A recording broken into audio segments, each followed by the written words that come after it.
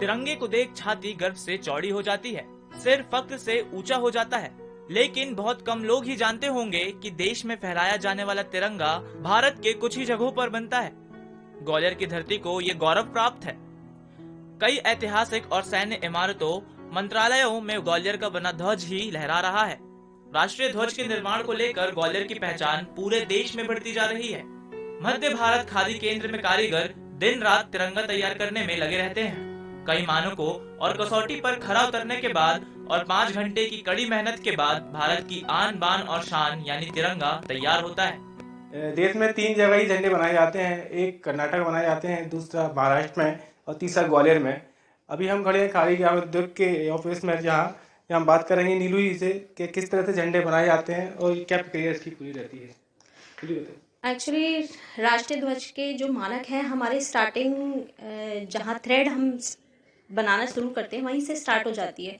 तो आईएसआई के लिए हम धागे की टेस्टिंग करते हैं, फिर वीविंग में देते हैं, वीविंग की फिर फैब्रिक बन के आता है। वीविंग होने के बाद तब फिर उसके मानक के हिसाब से कई तरह की टेस्टिंग से हमें गुजरना पड़ता है। तब डन करके हम उसे रंगाई कराते हैं, फिर से उसकी टेस्टिंग हम अगेन फिर करते हैं।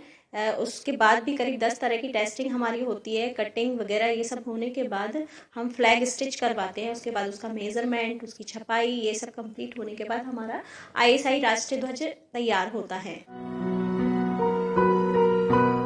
फ्लैग को बनाने में करीब आधा घंटा हमारा लगता है।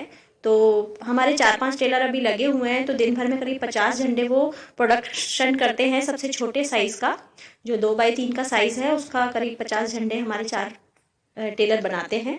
तो इतना भी हमारा 8 घंटे में प्रोडक्शन होता है।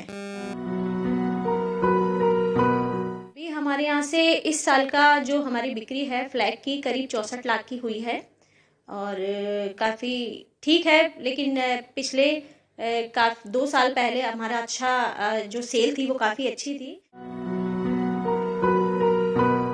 हमें एक टेलर को ट्रेनिंग देनी पड़ती है, करीब 15-15, 20-20 दिन टेलर ट्रेनिंग पे रहते हैं। एकदम एग्जैक्ट मेजरमेंट में वो सिलाई करते हैं।